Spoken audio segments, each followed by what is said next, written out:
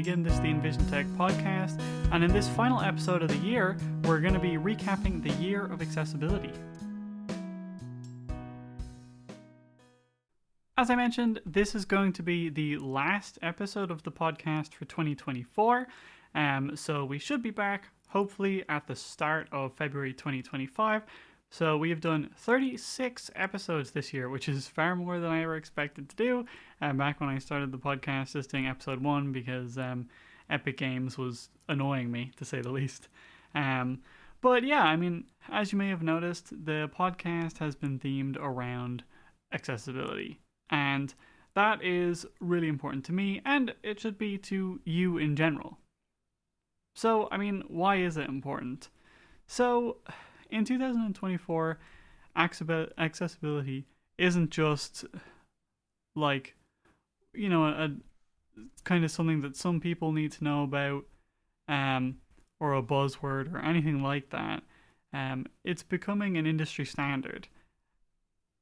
And that's also for good reason. It's not just something random that's kind of occurring. A lot of companies are still struggling with it as well. 98% of websites still fail to meet basic accessibility standards, according to WebAIM. Again, that's an amazingly huge number of websites, and that's of the top million websites.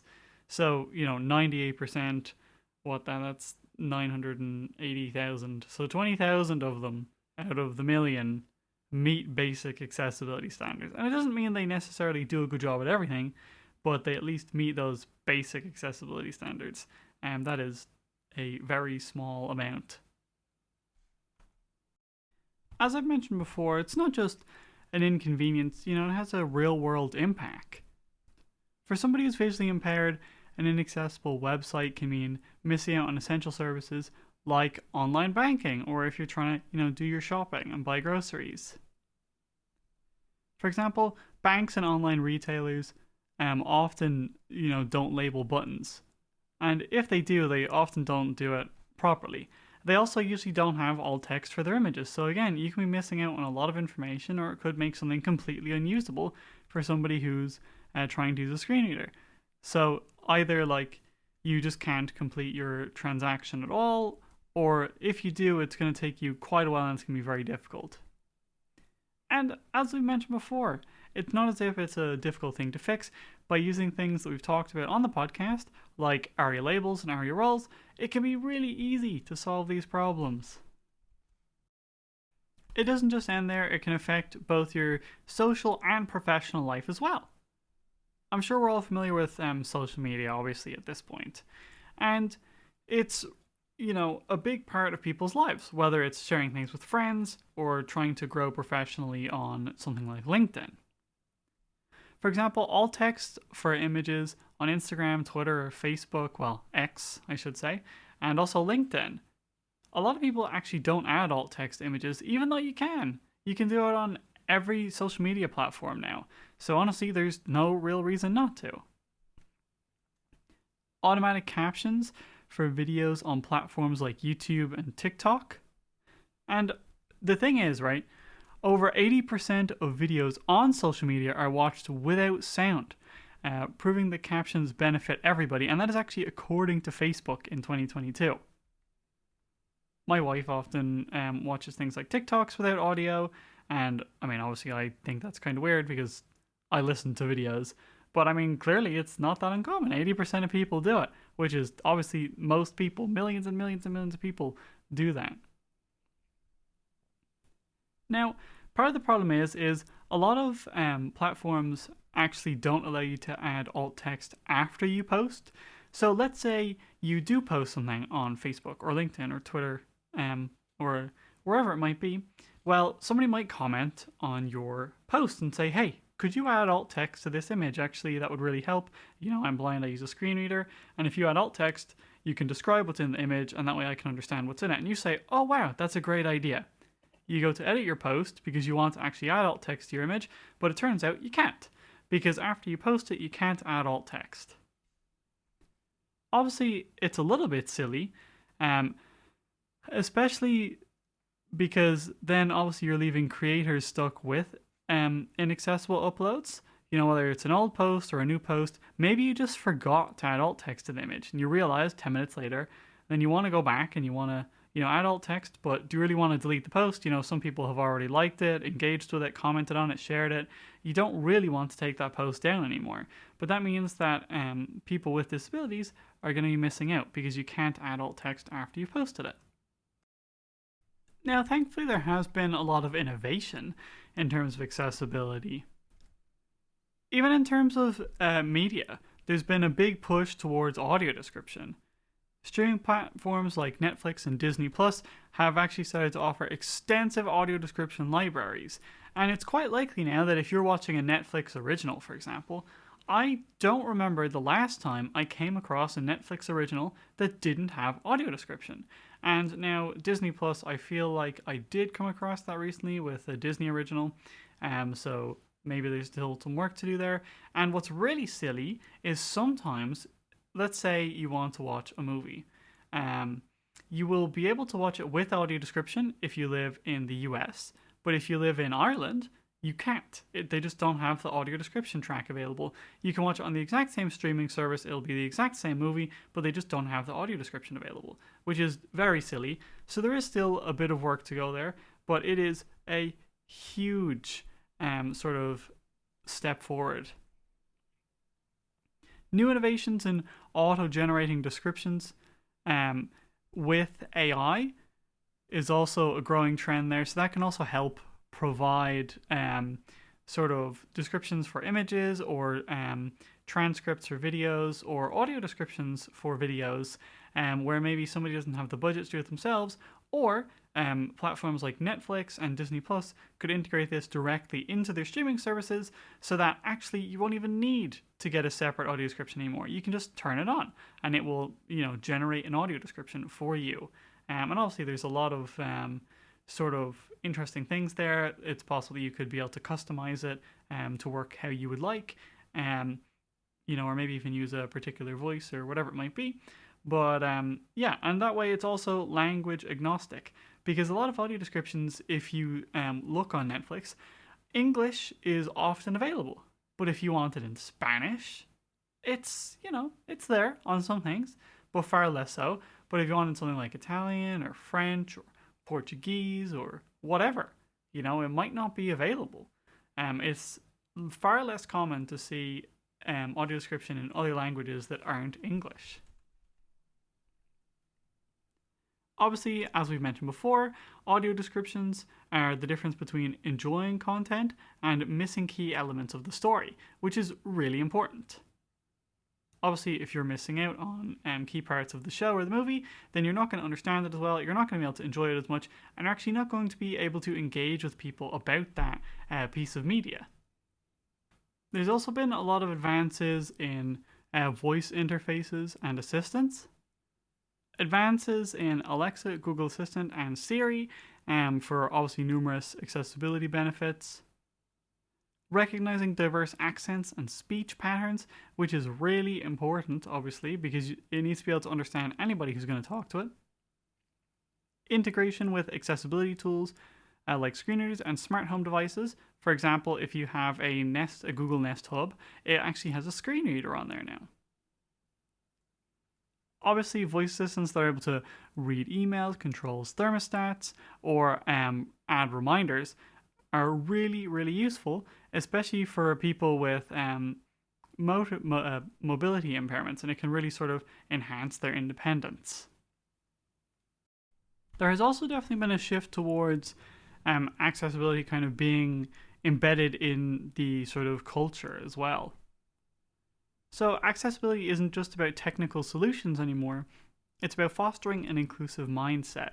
For example, companies like Microsoft have been embedding accessibility into every stage of product development, from idea to release, which is really, really important. And a lot of those companies now actually have dedicated accessibility support.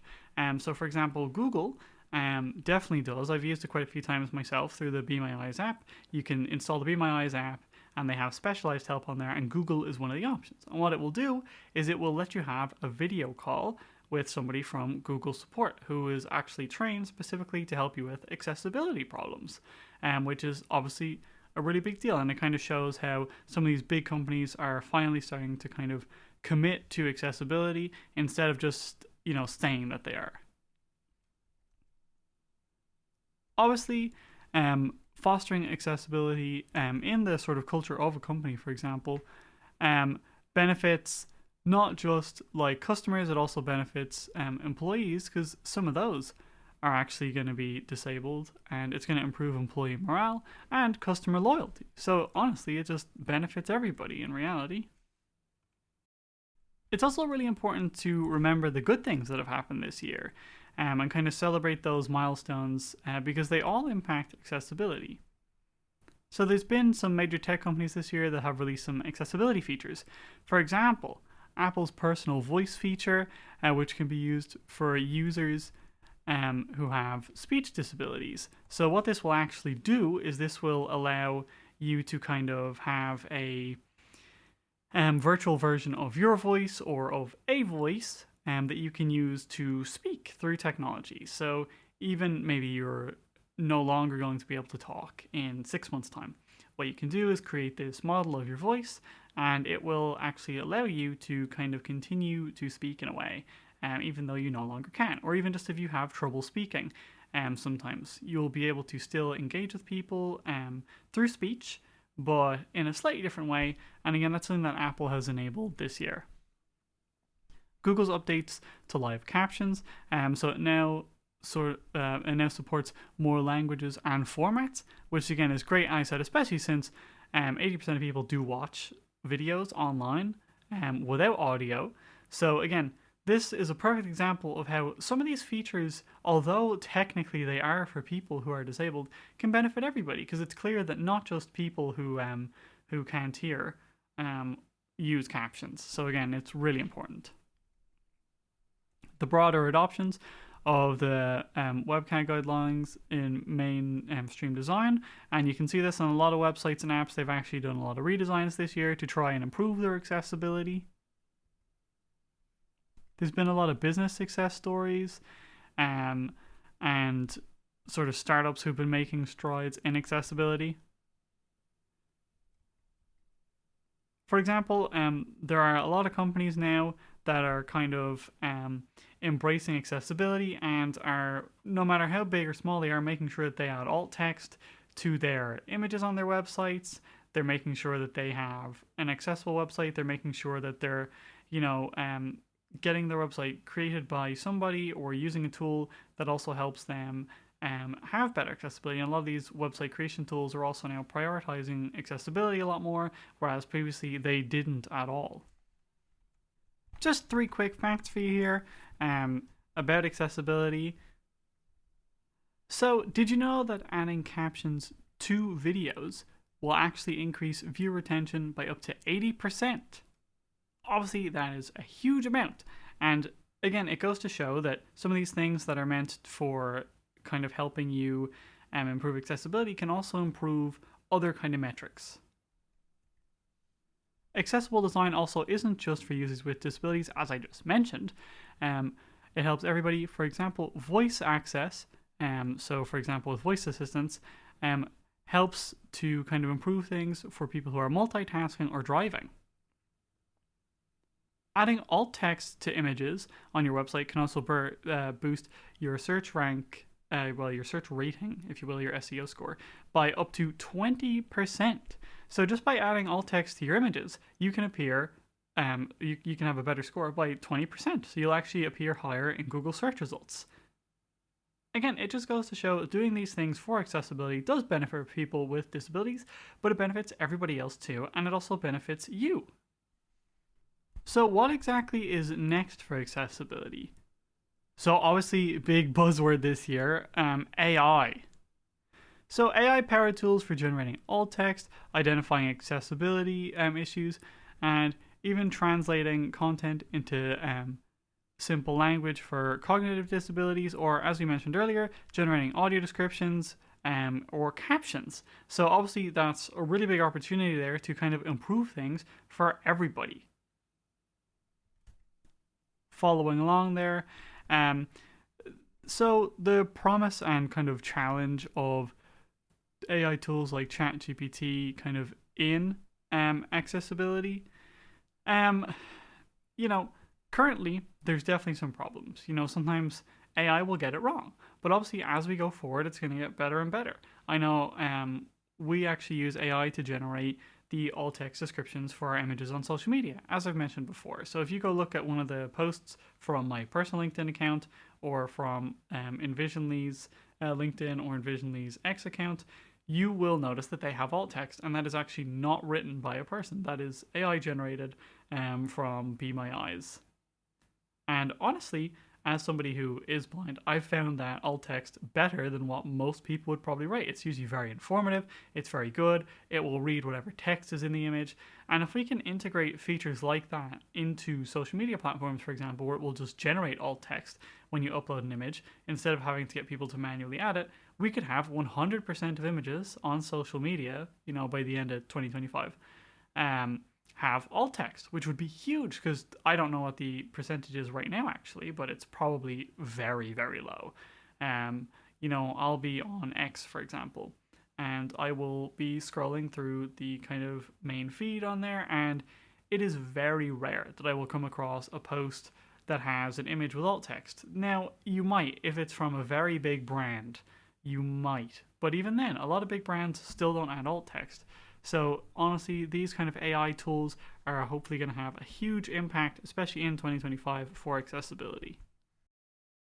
There's also some upcoming WCAG 2.2 guidelines as well that will hopefully also help to improve accessibility across the web. It's going to have new criteria like focused appearance, drag and drop functionality, and accessible authentication, which is a huge deal, because there are so many times where I try and log into a website or use like a CAPTCHA or anything like that, and it is completely inaccessible. So these changes are obviously going to have a huge impact in 2025, and hopefully they will, kind of take effect at the start of 2025 so that we can kind of benefit from them throughout 2025, because having a few of those kind of options available is a really big deal. I know even companies like GitHub have been trying to focus on accessibility, and I actually was lucky enough to have a meeting with somebody from GitHub not too long ago where they were looking for feedback on one of their features, and they were actually very great about listening to the feedback and were very kind of intent on fixing any issues that were there. So it's clear that these guidelines do actually matter, and that they are becoming more and more important as time goes on. So hopefully that just continues now into 2025. As I've mentioned before, accessibility isn't just a one-time effort, it's a continuous journey. So let's make sure that 2025 is even more inclusive. So we've covered a lot this year, and if you have been along for the ride, thank you. And if not, then consider this kind of a little bit of a crash course in accessibility and some of the topics that we've covered throughout the year. And obviously, this will continue in, I don't want to call it season 2, but year 2 of the podcast. So hopefully we will have a lot more positive things to talk about next year. It turns out that fixing accessibility issues is far easier than trying to explain to a screen reader why a button is just called click here. So let's make sure that we keep making these improvements and that things continue to get better. That is actually going to be it for the final episode of the year. So please make sure that you do come back in February when we will be releasing episode number 37. Which seems like a very high number, and hopefully we will have at least another 36 episodes next year. If you have enjoyed these first 36, then I am very glad, and I hope that you will all be back next year. Thank you so much for listening. As always, this has been the EnvisionTech Podcast. I've been your host, Paul Gagan, and thank you for listening. Talk to you next year.